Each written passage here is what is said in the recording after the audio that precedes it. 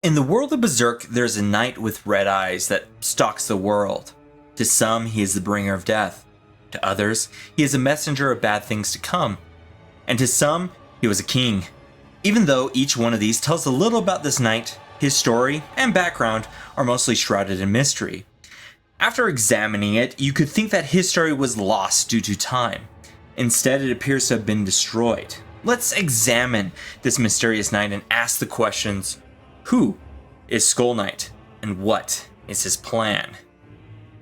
Long ago, in the land that we call Milan, there was continuous war that ruined the land. We hear that the people suffered the most because it caused famine across the land. With not having food, this caused a chain reaction. Because people were weak due to malnutrition, disease spread across the land, killing a third of the population. Out of this horrible experience, there was a man whose birthplace has since been lost and family forgotten. King Geeserik rose up and commanded an army. His army was able to unite dozens of smaller nations and create his own empire that spread across the entire continent. When Charlotte tells the story to Guts, Guts responds by seeing a comparison to Griffith as a new King Geeserik.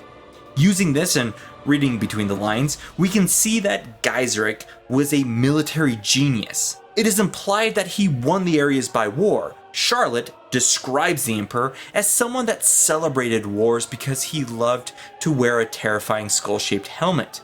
When everything was done and there were no more lands to be conquered, he built a capital that's beauty and size hasn't been seen before or after. But this description could be nothing more than a lie, and like Griffith, Geeserik could have united the lands by a combination of personally being a great warrior and improving their lives. There's also another aspect of King Geeserik we can see that mirrors Griffith, that has a basis in the manga, and something that Guts might have to do: giving people something to believe in. It wasn't until recently we see another aspect of King Geeserik's kingdom that to many were just theories. King Geeserik was connected to elves and the magic of the world. In Berserk, there are two areas of magic. The magic we see more common involving Baelits, apostles, and the God Hand. There's another magic that we are starting to see more common in the manga, but has its roots introduced since the very beginning: the magic of elves and the magic that Shirka uses. We are starting to see potentially the source of their powers, the four gods and the magical places. This other magic is what seems King Geeserik was connected to by the people he was close to. Lady Priestess of the Cherry Blossoms was the person that seems to be romantically connected to Geeserik, while also being connected to this elvish magic. She was a close friend to Flora, a magic user, and seems they learned together. Even though the events of King Geeserik occurred close to 1,000 years ago, the manga outlines the remnants of his kingdom throughout the series to paint what his empire looked like. His capital, a city that hasn't been seen before, was forgotten and used as the bedrock of Midland's current capital.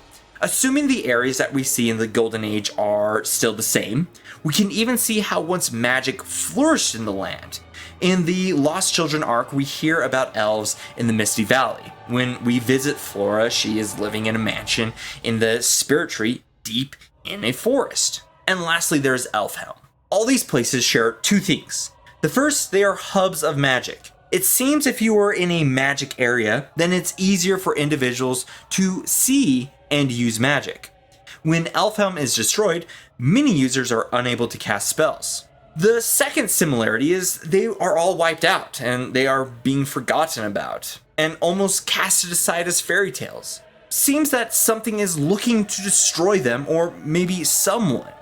Even though Geeserik created this massive city and seemed to have helped the people with elvish magic, he is painted by Charlotte as one that brought death, fought his enemies without pity, but she also says everything that was written about him has disappeared.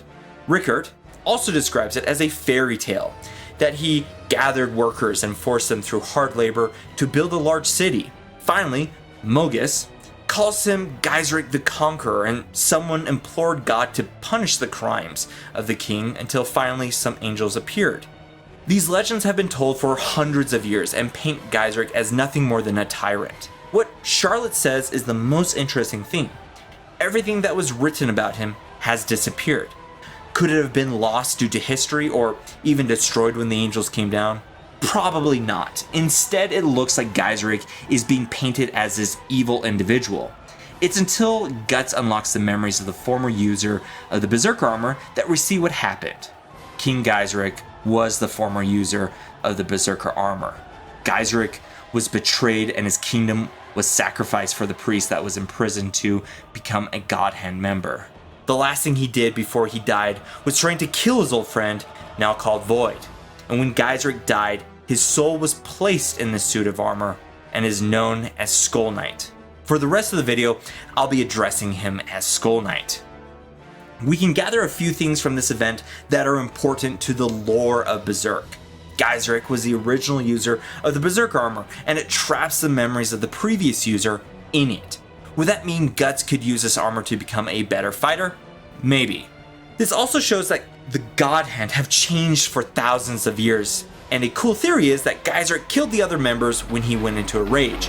Oh, it would be sweet to see the Berserk armor ripping and tearing through each of these members of the God Hand. But it raises more questions than gives us answers.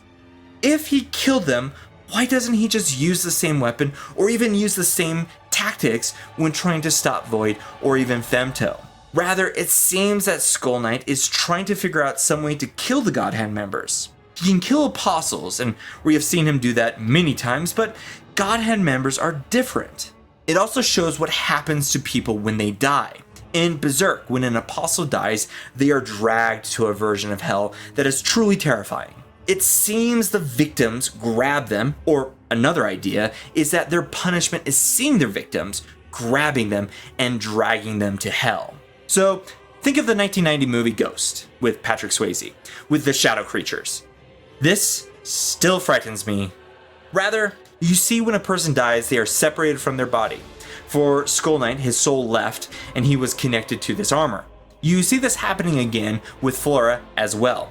She dies, and you see her spirit later on in the series helping Shurka. Well, we have to wait and see. As for now, her grave was in Elfhelm, where Skull Knight would visit her. In the world of Berserk, you might think everything is set to fate, or in other words, life is like a roadmap, and you can't change anything about it. The idea of fate and free will are topics that are expounded upon throughout Berserk. The members of the God Hand seem to know how the events of life will take place. It appears that they can also manipulate people and change things to fit their plans. Looking at it through the lenses of the God Hand, it seems life is set and there is no way to fight it.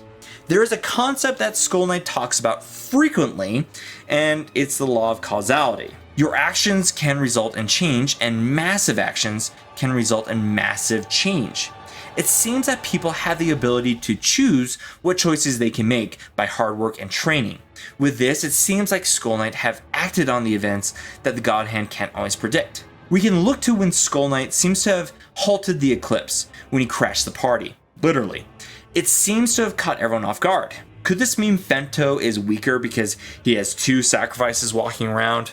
Maybe. It also appears that Skull Knight can somewhat predict the future. When he visits Guts 1 year before the eclipse, he speaks vaguely, but knows the eclipse will be in 1 year. Now, I don't think Skull Knight can see the future, but rather he has lived long enough to see the patterns of human life. Every 216 years, a new God Hand member is selected. He probably knows the timeline and is waiting to strike. He has time, you know. Another example of him not knowing the future is when he tries to kill Femto, and rather opens a portal to the astral world, the place where mythical animals live, and the God Hand. With the portal open, now individuals can come in. For trying to stop them, he gave them a huge opening, no pun intended. Instead, the law of causality allows Skull Knight and even Guts to work in the shadows. They can move and do things that the God Hand can't predict, and even disrupt their goals. That is why it seems that the God Hand are trying to destroy the Elvish homes in the world. If they could destroy enough good magic hubs, then maybe there won't be any good magic to stop them. This is where we don't really know what Skull Knight has been up to for the past 1,000 years.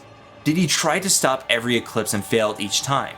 Slan and him have this back and forth that seems that they have been at each other for some time. Could this mean he tried to help other versions of Guts in the past, with them all dying? Well, we don't know. That is one of the many questions we have about Skull Knight. Things are different. Guts compares Griffith to Geiseric, but maybe he is starting to be the real Geiseric. Guts has the Berserk armor. Guts is a great leader. And it looks like Guts is going to have an army to command. Maybe, like Geiseric, Guts has to unite the people to fight a more dangerous force. Well, we have to wait to see.